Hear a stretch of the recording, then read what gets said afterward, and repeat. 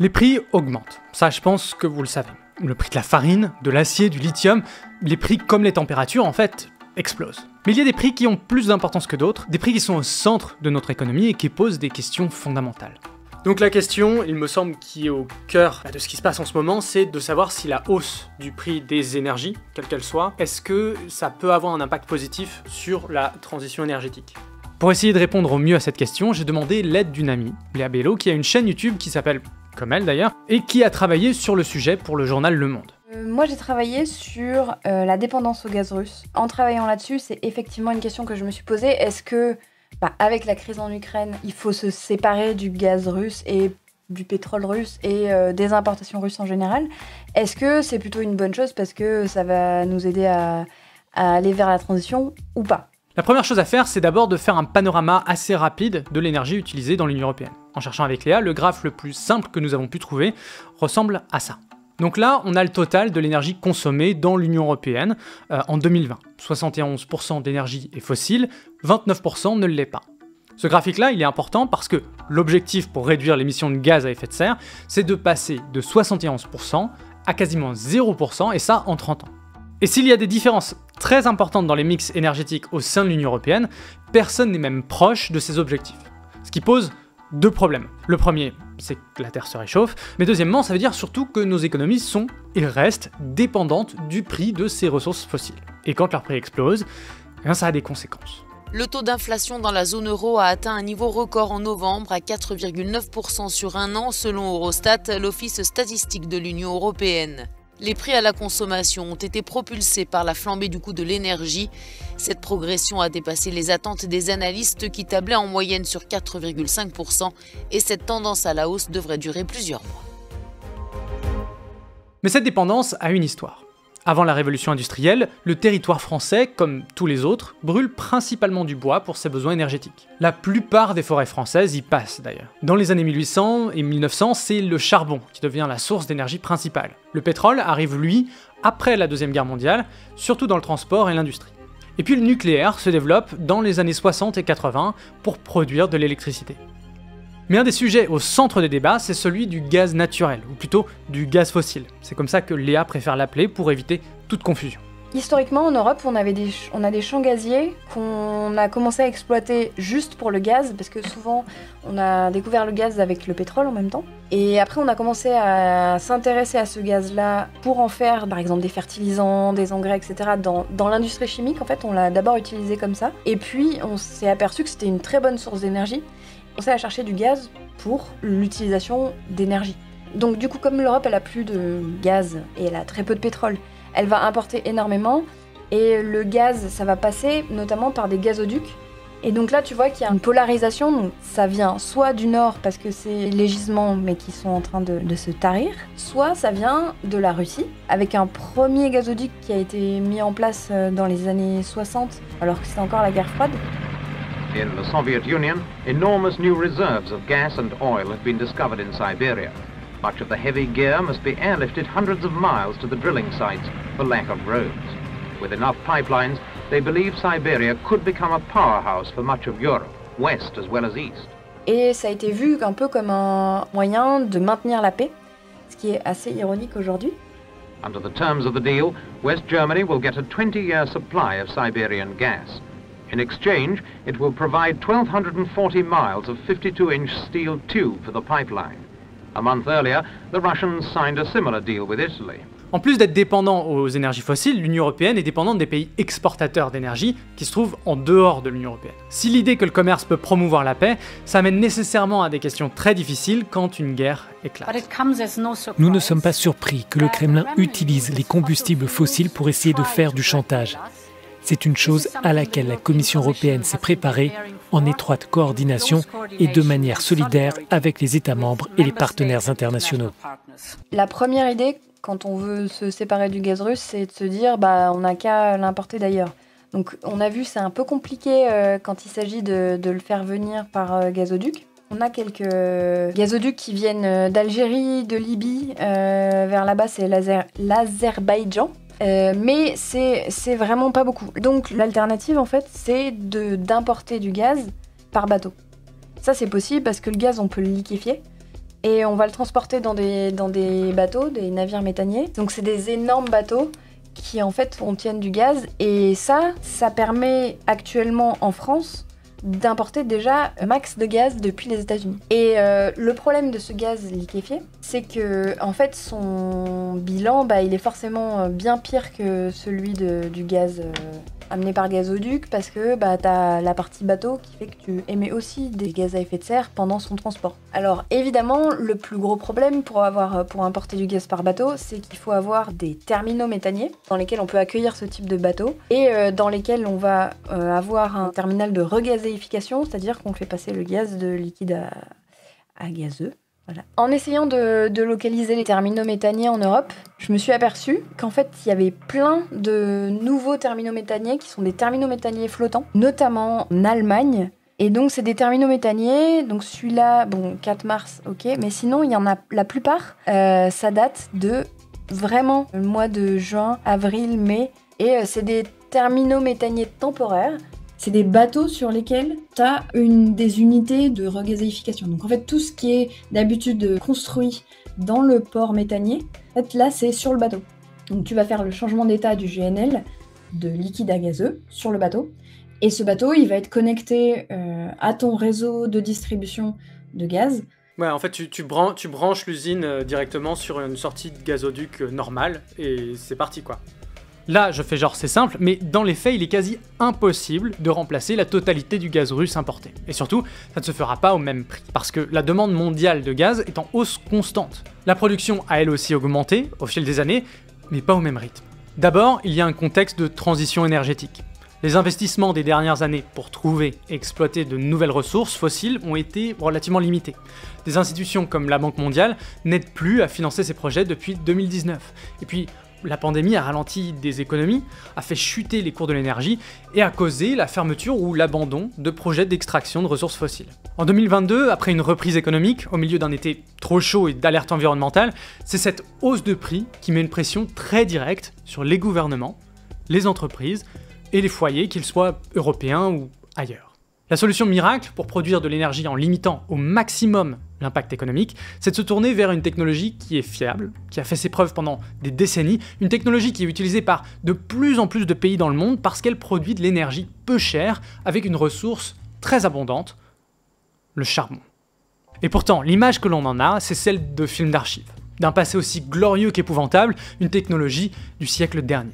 Sauf qu'aujourd'hui, il n'y a jamais eu autant de charbon brûlé dans le monde pour produire de l'électricité. Il y a plein de nouveaux projets, c'est une technologie tellement moderne que l'Allemagne a mis en opération une nouvelle centrale de production au charbon en 2020 et que la France annonce réouvrir l'usine de Saint-Avold pour l'hiver 2023. Ce succès moderne s'explique en quelques chiffres. Un rapport de la Cour des comptes explique qu'en France, produire 1 MWh d'électricité au charbon coûtait 20 à 25 €. C'est moins cher que le nucléaire, les énergies renouvelables et le gaz fossile. Si le prix du charbon a lui aussi explosé en 2022, il reste relativement moins cher et permet encore aujourd'hui de produire de l'électricité à faible coût, si on exclut les coûts environnementaux. Ce point explique pourquoi des pays pauvres, mais en forte croissance, ont pour projet d'ouvrir des centrales à charbon. Les humains du monde entier semblent préférer devenir des pollueurs pollués que pauvres et dénués d'énergie.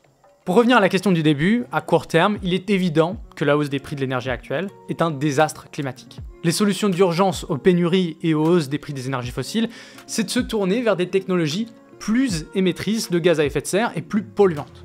Mais ça, c'est à court terme. Si la question c'est de savoir si les prix de l'énergie qui augmentent peuvent aider ou être au contraire retarder en fait la transition énergétique, il me semble que c'est intéressant de regarder peut-être la dernière fois où il y a eu des prix élevés.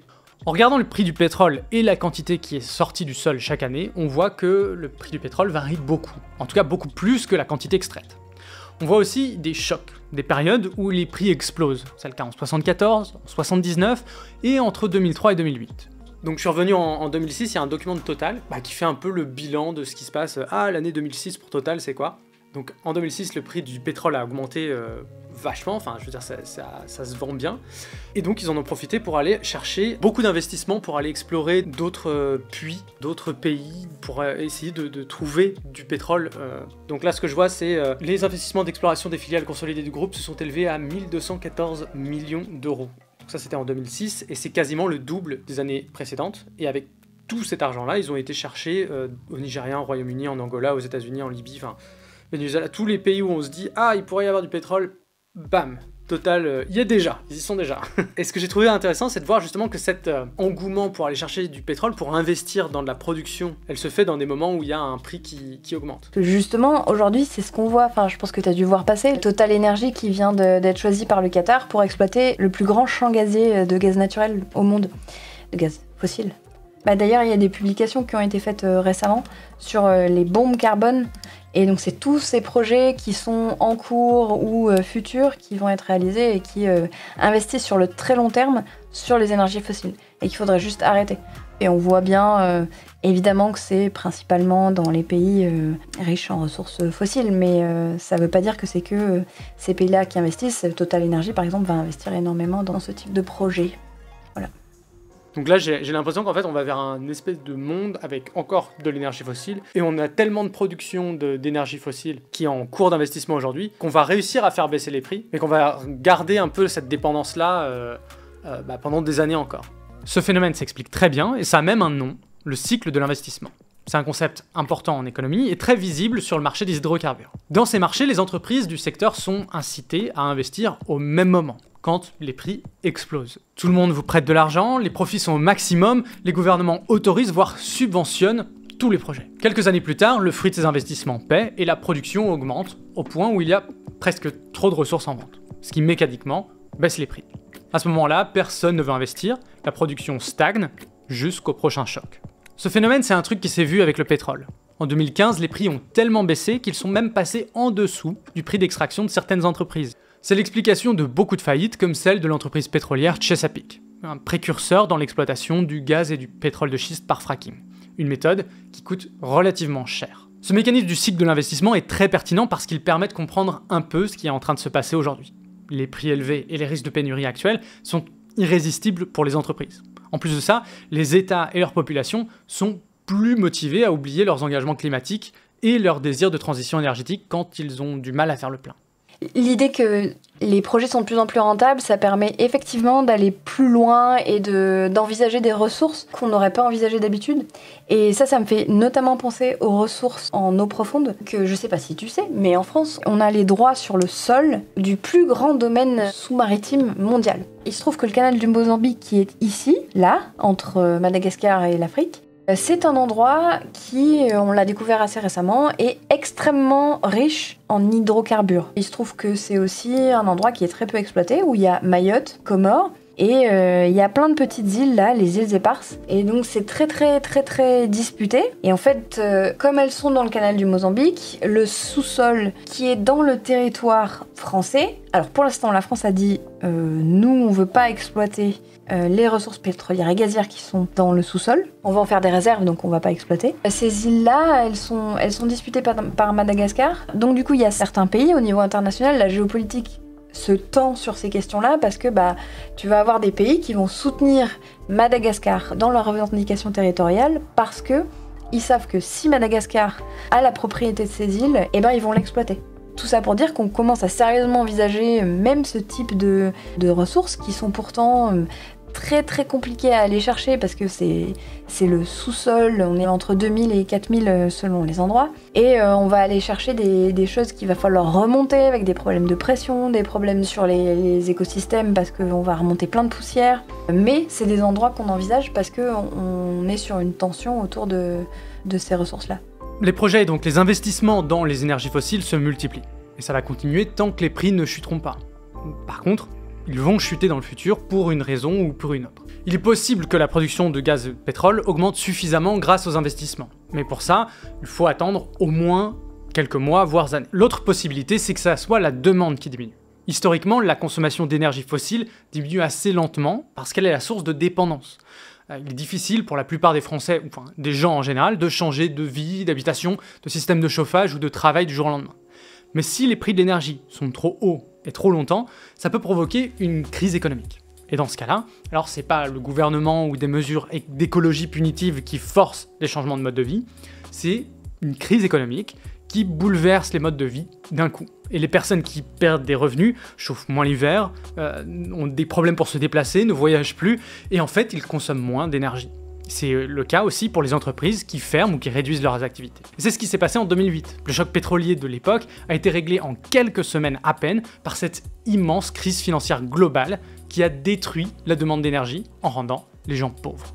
Ce risque aujourd'hui il est bien réel et il touche pratiquement tous les pays, qu'ils soient européens ou non.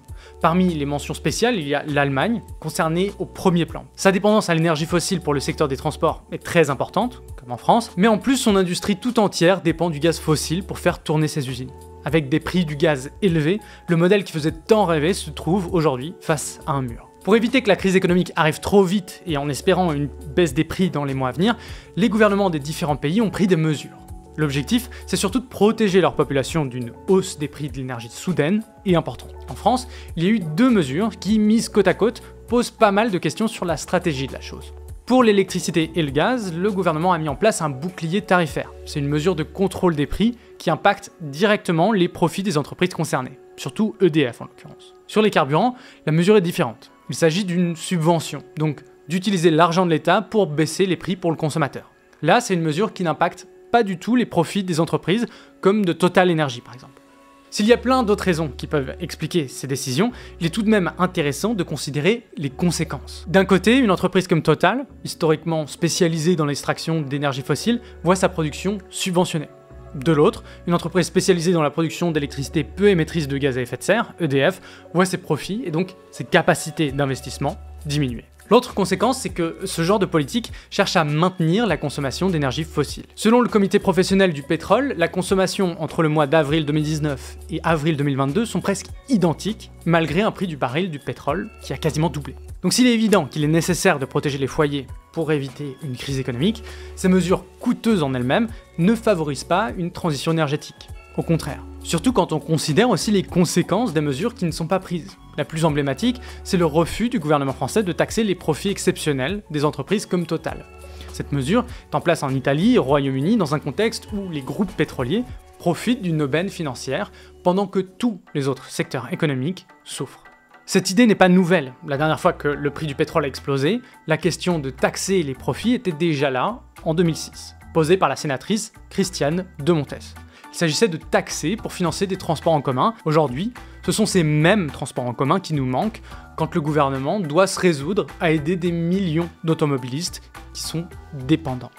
Sans mesure de ce genre, l'argent de l'essence à 2 € devient les profits de Total Energy qui sert à exploiter de nouveaux projets gaziers au Qatar, au Mozambique et ailleurs. Au-delà des questions environnementales, cette dépendance est devenue un non-sens économique. Le constat n'est pas encore partagé par tout le monde, mais le ridicule de la situation devrait quand même finir par nous toucher. Les ménages français vont être contraints de payer cher pour chauffer des logements mal isolés, pour climatiser des villes en surchauffe et pour parcourir des distances quotidiennes inutilement longues. Et ça va continuer d'être le cas, parce que beaucoup de Français sont résistants aux réalités climatiques et aux changements de mode de vie qu'ils impliquent. Mais l'augmentation des coûts de l'énergie pour le transport finira bien par les contraindre. Ces contraintes, par contre, risquent d'apparaître beaucoup plus rapidement et beaucoup plus fortement dans d'autres régions du monde où les gouvernements n'ont pas les ressources financières pour atténuer les chocs qui risquent de causer une pauvreté énergétique et des crises économiques majeures. Alors j'ai quand même des pensées positives, quand même des démarches qui sont pas non plus absurdes. Au niveau européen, il y a le Fit for 55 qui est un ensemble de mesures qui a pour objectif d'atteindre moins 55% d'émissions de gaz à effet de serre, qui est un truc qui existait déjà avant la guerre en Ukraine et qui fait partie du Green Deal. Et en fait, sur cette base-là, ça permettrait de réduire déjà la dépendance au gaz russe. Et donc ça a permis par exemple à l'IEA, je la refais, parce que ça non plus ça va pas être positif. On a parlé pendant pas mal du temps du côté positif, mais malgré ces efforts, Léa revenait nécessairement sur un truc négatif. Bah pour être tout à fait honnête, il y en a pas de truc positif, hein.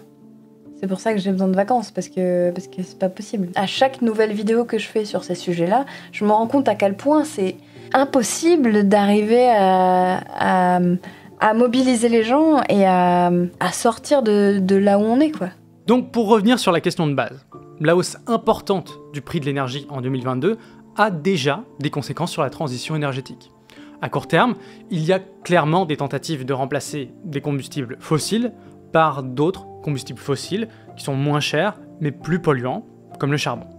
À plus long terme, les cycles d'investissement sont longs et les prix de l'énergie peuvent rester élevés pendant de très longs mois avant qu'une hausse de la production mondiale de gaz et de pétrole puisse faire baisser les prix. Mais étant donné la situation mondiale, il est quand même plus probable que cette baisse ne soit provoquée par un ralentissement économique, voire une crise économique assez importante, donc quasiment mondiale, pour diminuer la demande d'énergie fossile et donc les prix. Il est quasiment impossible de dire que l'envolée des prix de l'énergie fossile aide à la transition, parce qu'il se passe tout le contraire. Ces mêmes augmentations mettent aussi en danger les investissements de transition énergétique. Les marges de manœuvre des gouvernements et des ménages se réduisent plus les prix de l'énergie augmentent. Par contre, ce choc montre une évidence. Il est urgent de décarboner l'économie. En plus des considérations environnementales, il s'agit aussi d'une question économique majeure. Ce que je retiens de cette conversation et que je n'avais pas vraiment pris en compte avant, en fait, c'était qu'effectivement, il peut y avoir de l'optimisme. Parce qu'en théorie, il est possible de conserver, voire d'améliorer les conditions de vie en exploitant beaucoup moins d'énergie fossile. Les éoliennes en mer ou sur terre, les centrales hydrauliques, les panneaux solaires, les centrales nucléaires ont montré que des technologies existent et peuvent générer suffisamment d'énergie. De l'autre côté, une amélioration de notre efficacité et de notre sobriété énergétique devrait grandement faciliter les choses. Donc, c'est possible, et il est là l'optimisme. C'est de se rendre compte que l'humanité aurait pu se retrouver au pied du mur, à devoir renoncer aux énergies fossiles sans avoir aucune autre alternative. Là, au moins, on a une direction. En jugeant ce qu'on peut voir aujourd'hui, on peut se douter que ça va prendre beaucoup trop de temps. Il va falloir que tous les glaciers ou presque y passent. Il va sans doute falloir que les étés touchent les 45 degrés, que les prix de l'énergie nous appauvrissent assez pour nous rendre un peu plus humbles. Mais à ce moment-là, peut-être que nous commencerons à prendre des mesures sérieuse. Un grand merci à Léa pour nous avoir aidés sur cet épisode et je vous invite vraiment à aller voir son travail et à s'abonner à sa chaîne qui traite de l'urgence climatique. C'était Stupid Economics. Sur ce...